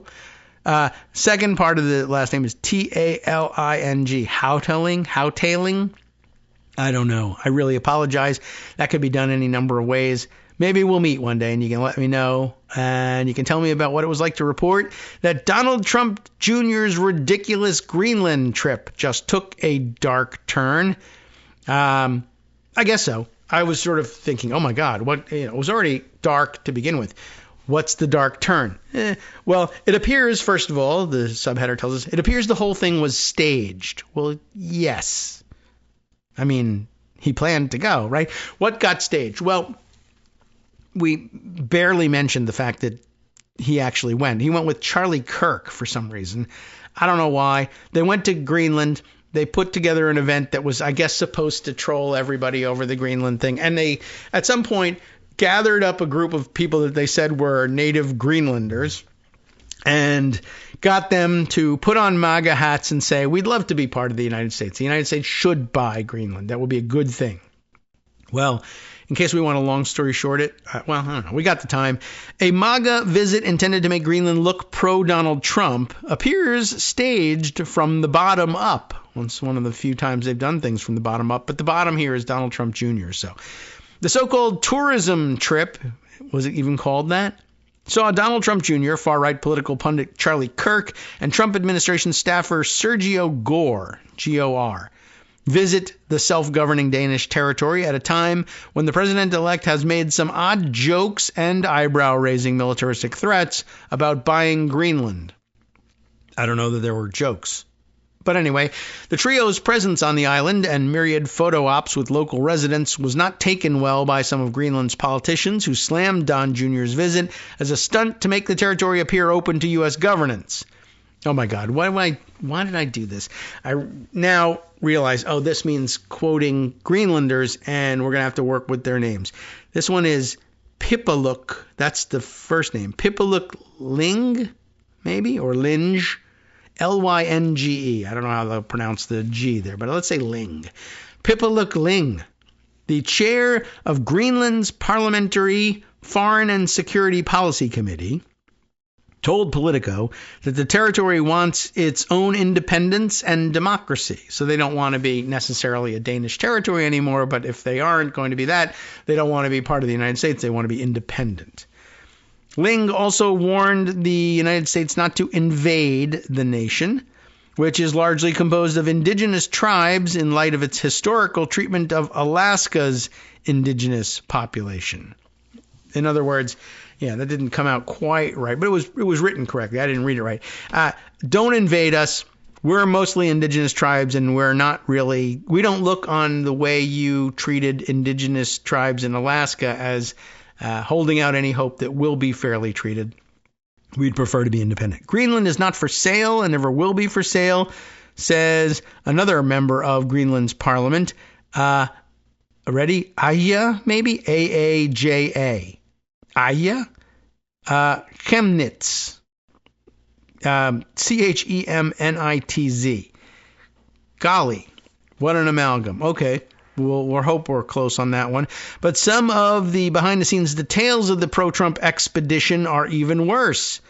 Danish media reported Thursday that a series of photos featuring Charlie Kirk, and Greenlandic residents, in MAGA hats was staged. Well, I would have imagined as much. I doubt that there are a lot of MAGA hats there of their own volition. I'm sure they brought them and they put them on those people for a photo. But here's why they chose them.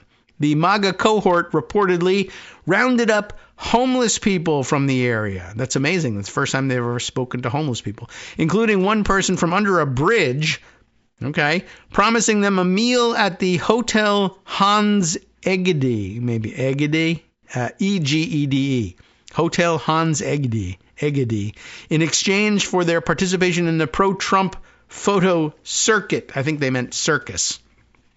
Videos of the trip that circulated on X described the Greenlandic participants as, quote, the local community in Nuuk. It's N-U-U-K. I don't know. Do we pronounce that correctly? Nuuk? Maybe that's two U's, right? But several local sources that spoke with DR News described the photographed individuals as homeless and socially disadvantaged people who are often outside the supermarket directly across from the hotel where the Trump event was held. There's no Trump hotel in Greenland yet. All they have to do is put on a cap and be in the Trump staff's videos.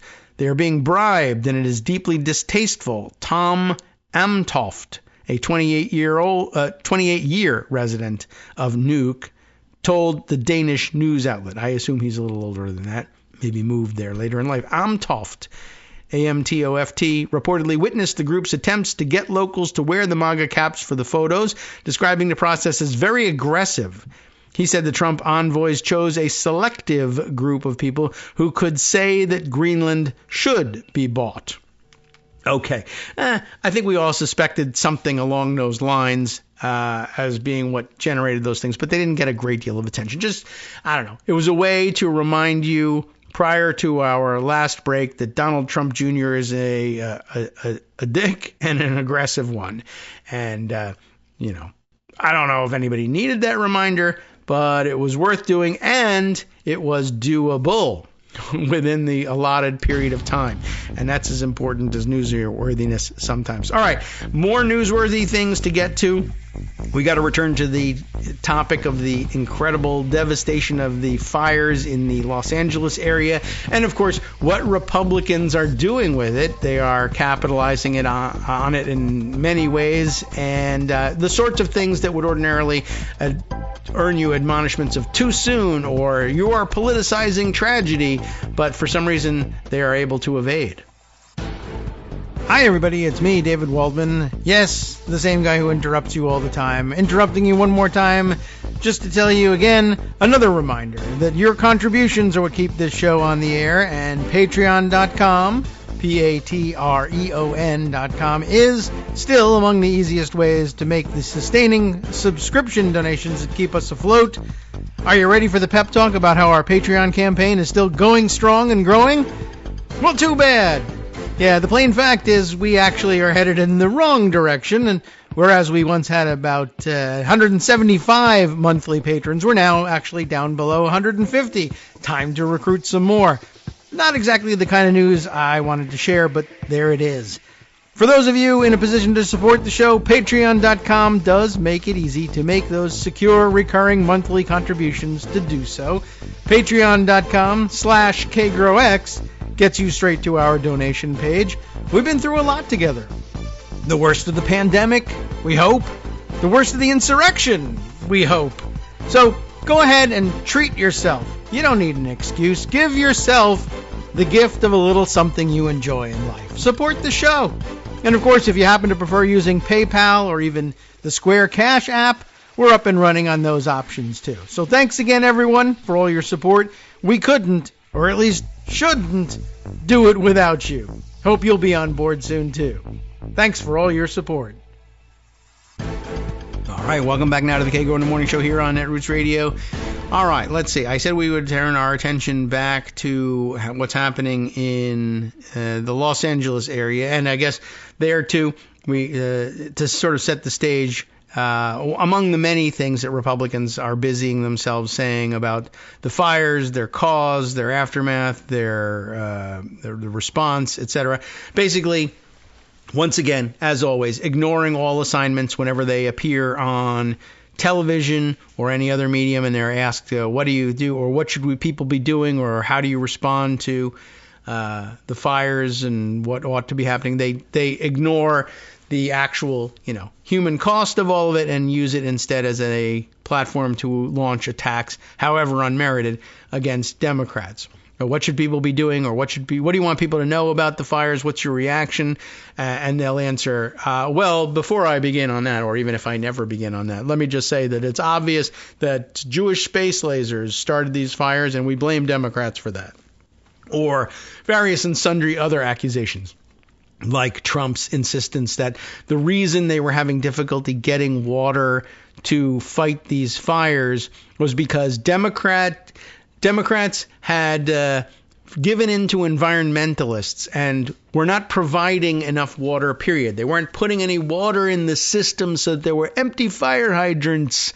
They emptied the fire hydrants because they were worried about the environment, and in particular, a certain kind of endangered fish.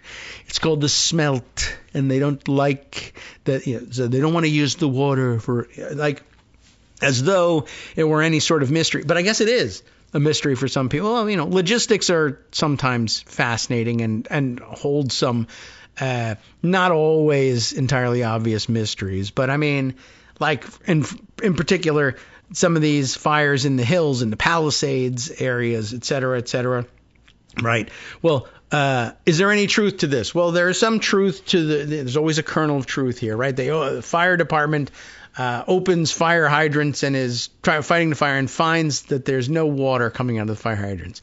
That's Donald Trump's excuse to say that's because the environmentalists blocked us from using the water, and as opposed to, well, there's 10,000 houses on fire. If you open every fire hydrant in the area to fight those fires, because they are everywhere in the area, at some point you're going to lose water pressure. And in fact, you might run out of water because if it's fire on the hilltops everywhere, what do hilltops do when they get water? The water runs down the hills and is collected in reservoirs down below because gravity. And I know Republicans are the type to deny the laws of gravity if necessary. And that's exactly what they're doing here. How do you get water, like under normal circumstances? How do you supply water to the sinks and dishwashers and bathtubs of people living on the hilltops of Pacific Palisades? The answer is when the water collects in reservoirs down at the bottoms of the hills, you pump that water back up the hill, collect it in tanks, and then distribute it from there. You put the water tanks up at the top of the hills and then gravity feed the houses on the way down. It doesn't have to be a tremendous drop in order to get water from a hilltop water tank down. But the water that you're going to have available on a hilltop is whatever you take up there, whatever you pump and store up there. When you use it all up, because let's say 10,000 houses are on fire, the tank's empty. And if you run the pumps 24/7, as they do anyway, you can replenish them to the extent that you're not also opening every fire hydrant and pouring the water out the other end. And if, by the way, the pumps that fill the tanks at the top of the hill burn and are destroyed, then you're going to have difficulty getting the water to those tanks. If the tanks burn and are destroyed, you're going to have difficulty filling them and pumping water out. Now, I don't know how much damage there's been to the infrastructure, but I can tell you there's pretty good reason to believe that those tanks are going to be emptied at a pretty rapid clip if everybody's fighting fires everywhere. But they're they count on people's ignoring the physics of how do you get water to a hilltop anyway. And instead, they're handed a different narrative. And because no one's telling them, well, gravity, pumps, etc., blah, blah, blah, makes it actually difficult and you're fighting 10,000 fires. Nobody's telling that story, I guess. But they are out there. They've got a person in the form of the incoming president of the United States commanding the attention of all microphones to say it's because environment, and everybody knows that Gavin Newsom is terrible and he's doing this on purpose and he's hurting people for reasons unknown, which is, of course, Trump's favorite beat. So I don't know. But, of course, every Republican accusation is a confession. So there we have it. And as a matter of fact, as we transition between these subjects, Justice Putnam commenting over on Blue Sky, maybe the Pizzagate shooter was killed on his way to find the giant water faucet that Trump says Newsom won't turn on to stop the fires. He's basically out there saying Gavin Newsom is intentionally keeping water from people. Sure he is. That's exactly what's happening. What an idiot child. Anyway, you all knew that part of the story, that he was going to tell you something stupid and impossible to explain this thing. And so, all right, what are we going to do? The best we can do to keep you up to speed on that stuff is to turn to Philip Bump, whose work we always enjoy over at the Washington Post, even if we don't like the Washington Post a whole lot. And he takes the level-headed approach to all of this, which is sometimes where you have to begin, even if ultimately what should be happening is smashing these guys over the head with a hammer for spreading these rumors. Falsehoods around the LA fires are proliferating on the right. Anything to keep the realities of climate change from spreading. James Woods, the ultra-conservative wackadoodle actor who allegedly has also lost his home in these fires, is spending his time nonetheless, for some reason, on Twitter berating people who point to climate change and climate-related causation for at least the exacerbation of these fires, instead insisting that it's actually the fault of politicians who are stealing all the water. Sure, guy, whatever. But that's what's going on. There is nothing political about the wildfires that have annihilated thousands of buildings around Los Angeles this week, with two exceptions, Philip tells us. The first is that California and Los Angeles are run by leaders from the Democratic Party, meaning that anything bad that happens in those places happened on their watch. Republicans love exploiting that. The second is that the conflagrations are in part a function of the unusually hot, dry period in the region, precisely the sort of extreme that scientists who study climate change expect to be more common as the world warms. The world was probably warmer during 2024 than it has been at any point in recorded history. There's no real question that climate change contributed to what's happening in Los Angeles. Over the past 2 decades, though, climate change has gone from a peripheral concern of scientists to a global problem, to an issue that's viewed through a lens of political partisanship. Taking action to combat climate change enjoyed a brief moment of bipartisan support, a unity that collapsed as Republican politicians leaned into rhetoric stoked by fossil fuel companies that downplayed the risk and accused the left of seeking to restrict American freedom rather than carbon dioxide emissions. The result, by this point, is that any declaration of the various examples of climate change-linked disasters as being climate change-linked is seen as left-wing talking points. So, the right, across its mouthpiece television channels and social media bubble, lines up for partisan warfare.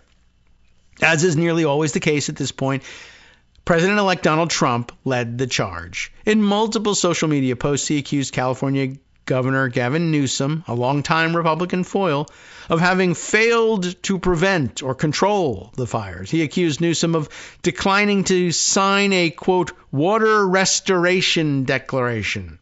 Sure. Aimed at diverting water from northern to southern California. He said that there was no water for fire hydrants, not firefighting planes, presumably meaning or firefighting planes rather than not. And of course, where do firefighting planes frequently get their water from? There's this big thing called the Pacific Ocean, and they sometimes will use that. But never mind all of that. That line about the hydrants is, like many of the attacks that have unfolded over the past 24 hours, rooted in something real. Hydrants near some of the blazes that are ripping through the neighborhoods around the city have failed to produce water, but they're not magic. It's not that he hasn't done an Expelliarmus charm on these things and erased the water. We've explained, and you've probably figured out what happened to the water. On CNN, an official with the Los Angeles Fire Department explained that this was because so much water had been pulled from local reservoirs that were intended to battle house fires, not wildfires. That's also worth pointing out. So how many house fires do you usually have at a time? 1, 2, 10?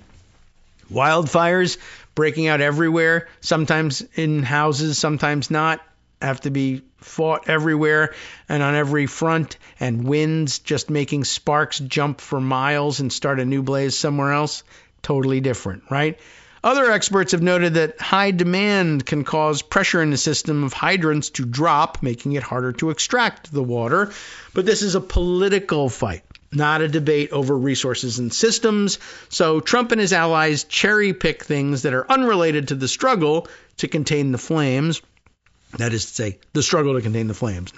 They're not doing anything to contain the flames. They're actually doing things to stop people who are trying to stop the flames. They're sabotaging what's going on, as somebody else made that excellent. John Storr, whose editorial we might want to get to in just a minute after this, made the point they should be, here's what Democrats ought to be spending their time on right now.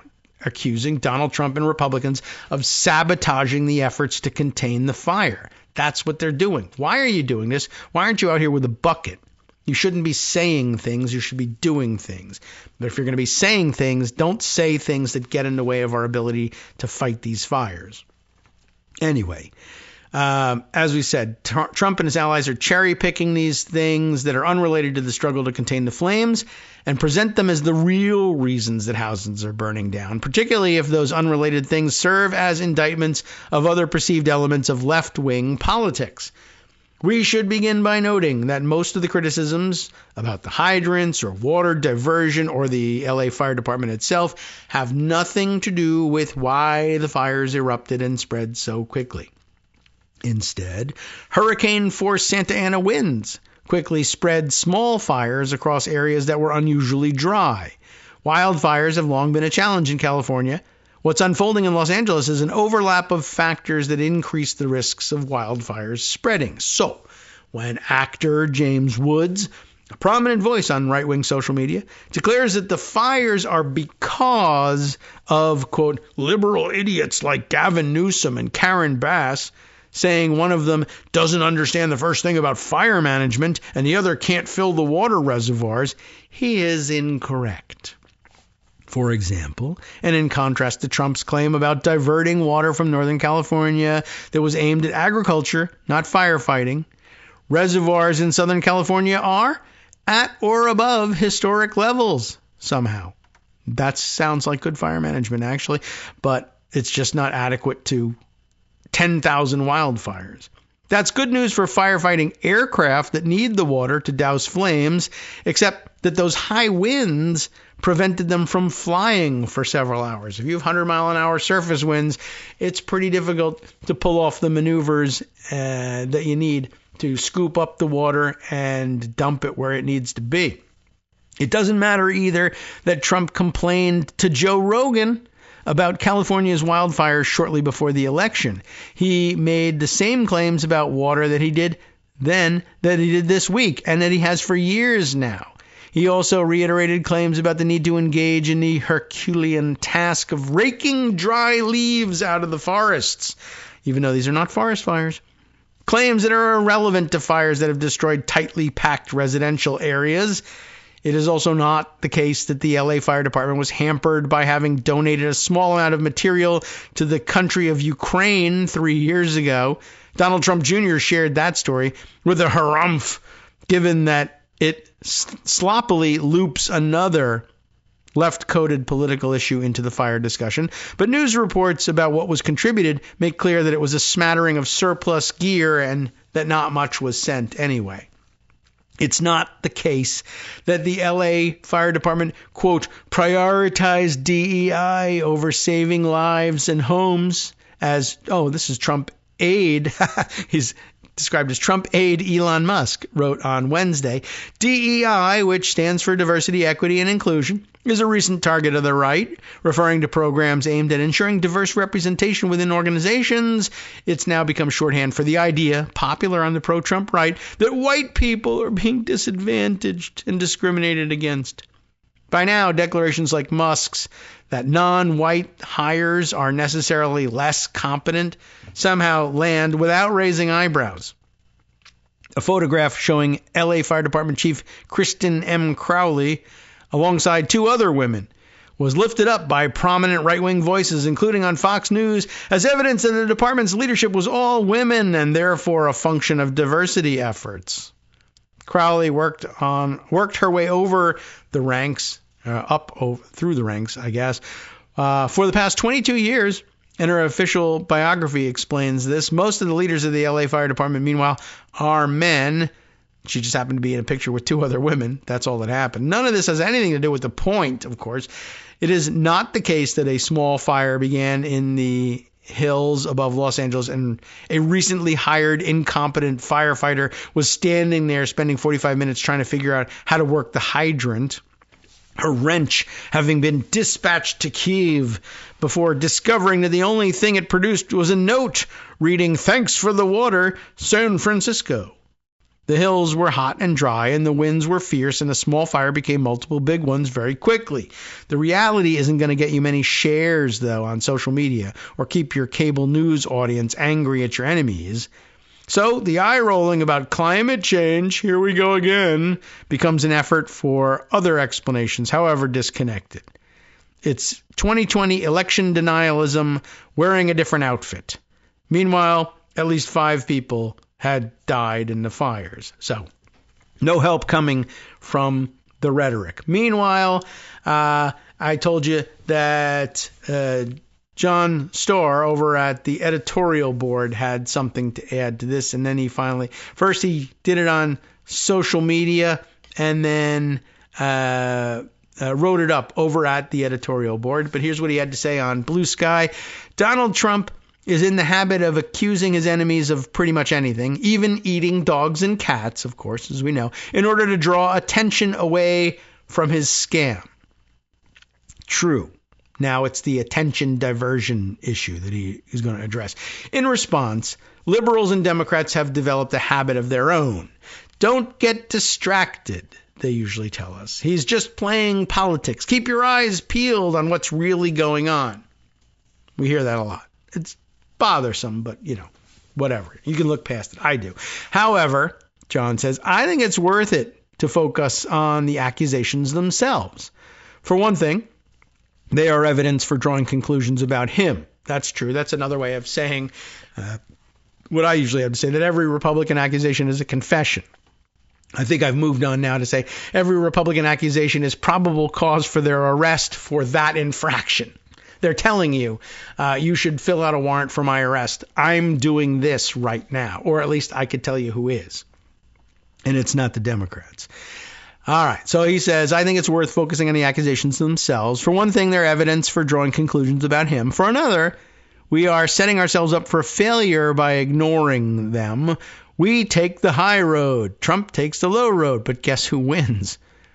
Consider the hurricane of fire that's currently ravaging Los Angeles County. And that's another thing, too, right? Everybody, the Republicans are very fond of saying, well, the mayor of Los Angeles, Karen Bass, is a Democrat, and the fires are in Los Angeles, and she's not doing anything about them. But, of course, most of these fires are in Los Angeles County and not Los Angeles proper. And also there's a weird, services sharing reciprocity agreement with the surrounding I guess non-LA proper municipalities, etc. So the lines are very gray, to say the least. But they're depending on this anyway to make political points. So, okay. John continues here. Since Tuesday, at least 5 wildfires have blown through the region on wind gusts of up to nearly 100 miles an hour. California is exceptionally dry. There's hardly been any rainfall this rainy season. As of this writing, 10 people have died. I didn't realize that. About 180,000 people have been evacuated from their homes. Around hundreds of square miles and more than 10,000 structures have burned down. The inferno, which hasn't been contained, is already being called the worst in the city's history. And there are like 5 of them going at once. Then he says there's so much fire that the hydrants did, in fact, run dry. In response, President Biden has greenlit disaster declarations that open up federal agencies' resources and money for recovery. FEMA will cover the costs of the state's firefighting. And by the way, I also did see on Blue Sky the probably correct prediction that Republicans will very shortly shift from blaming Democrats for starting and exacerbating the fires to then later starting rumors that FEMA is doing something wrong in the way that they are reacting to the fires afterwards. And you can look for that shift happening in the next coming days. In response, though, Biden actually doing the things that presidents do and responding with federal resources. And in about 10 days, that dries up when Trump orders that they stop doing things. I'm sure. The U.S. Forest Service will dispatch air tankers and helicopters to help local first responders. 10 Navy helicopters will follow suit. Meanwhile, the state's Democratic governor, Gavin Newsom, deployed the California National Guard, like you would expect, right? Instead of cheering this life-saving, all-hands-on-deck response, the president-elect took to social media to blame Newsom and Biden, the people who are, in fact, bringing resources to fight the fire. No water in the fire hydrants. No money in FEMA, he wrote. This is what Joe Biden is leaving me. Thanks, Joe. And he also writes, Gavin Newsom, he's so funny with that, and his Los Angeles crew have contained exactly 0% of the fire. It is burning at levels that even surpass last night. This is not government. I can't wait until January 20th, at which point I will ignore everything. So you can see kind of what's happening, and you might wonder, well, why aren't they calling it like it is and telling, letting people know and making the accusation? Yeah, what's happening here is we need help, and Republicans are only making it worse, and that's their policy, to make it worse. Well, he wrote it up over at the editorial board. Trump's lies are winning as Democrats fall into a deadly trap. Consider the hurricane of fire that's ravaging Los Angeles County. He begins again in a piece for his home online, his permanent home online, the editorial board, as he calls it. Donald Trump is in the habit of accusing his enemies of pretty much anything, even eating dogs and cats, in order to draw attention away from his scam. Right. And again, we're warned by many people, don't get distracted. He's playing politics. Keep your eyes on the prize. However, as he says, I think it's worth it to focus on the accusations. Does he say anything new here, or is this just a recitation of what we read? Let's see. We left off here, and I think it's pretty much identical up to this point until Trump's post about Gavin Newsom. Elsewhere, Trump wrote, the fires in Los Angeles may go down in dollar amount as the worst in the history of our country.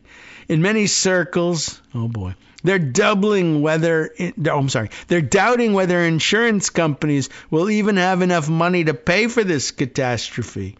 Let this serve and be emblematic, someone wrote this for him, of the gross incompetence and mismanagement of the Biden-Newsom duo.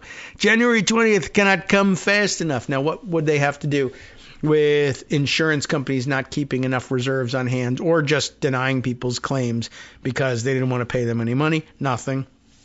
Some are getting hung up on the details, as he says. For instance, the hydrants did in fact run dry, but not because of mismanagement on the part of local government, as Trump implies, but because we're talking about a hurricane of fire here, and because pipes and pumps may be broken or damaged, and because homeowners tried to protect their own homes, right, and use up all as much water as they could in fighting the fire themselves. The details of the accusation, however, don't matter as much as the larger accusation itself. That's the way Trump sees it. Unfortunately, his Democratic enemies do not. From their perspective, which is to say from the liberal perspective, if the details are not true, as virtually everything Trump says isn't true, they're not worth responding to.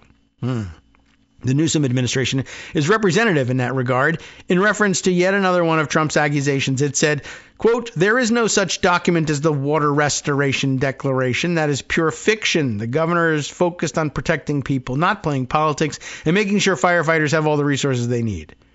From the liberal perspective, the accusations, playing politics, are Trump's way of distracting us, in this case, from a good faith effort to contain a historic fire. Elsewhere, liberals might say, Trump is trying to cover up for his own shortcomings. For instance, he's already backing away from his promise to lower the price of groceries and impose across-the-board tariffs, accusing his enemies of something, anything, prevents the American people from the awareness of his shuck and jive.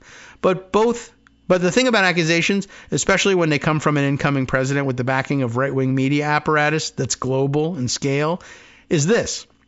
They may not be true, but they quickly become, quote, true, with enough time, effort, and repetition and ruthlessness. So it's not enough to say that the accusations distract us from what's really going on, because the accusations themselves can very rapidly become what's really, really going on, so that Trump's enemies are not only dealing with whatever crisis they're facing, in this case a hurricane of fire, but also a deeply warped perception by the public of that crisis. In the end, Trump's enemies might actually succeed in resolving the crisis, but receive no credit for having done so because Trump has made it impossible for the public to believe they could. This is a trap for liberals and Democrats, but one that's partly of their own making. It's rooted in the liberal view of honorable public action amid natural or man-made disasters. It presumes a causal relationship between those who govern and those who are governed.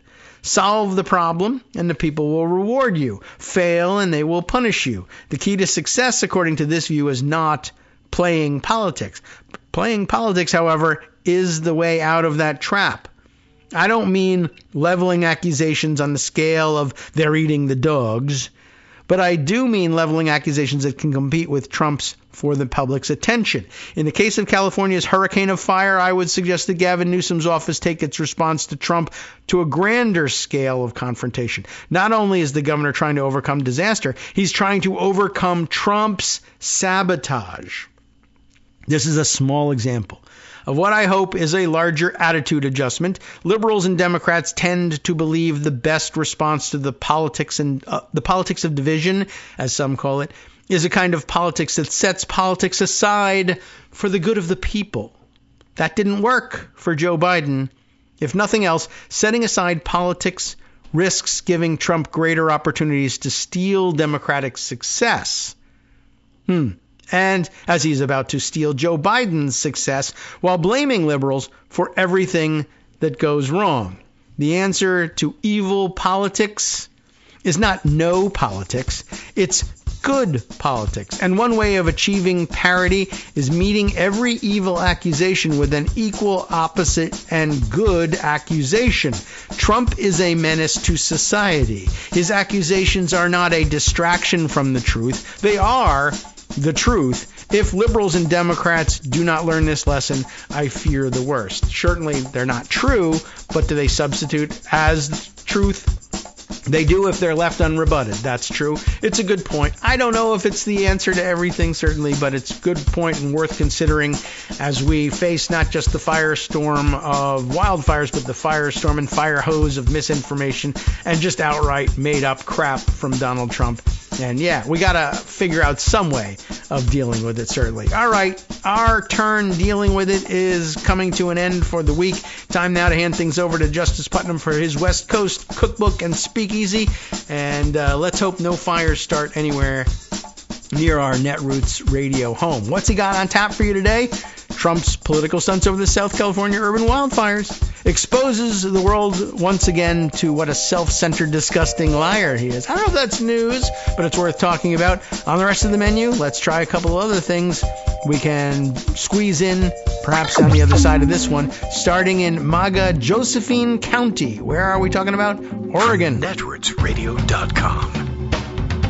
You have been listening to Kagro in the Morning with David Waldman. All right, let's squeeze this in. MAGA Josephine County Commissioners terminated the lease with the Grants Pass, Oregon Library that has been in place since 1959. What's happening with the ACLU? They're suing Ron DeSantis for failing to fulfill his constitutional obligation to call special elections for those two seats in the Florida State House and Senate. All right, all that and more next, and we'll see you next week.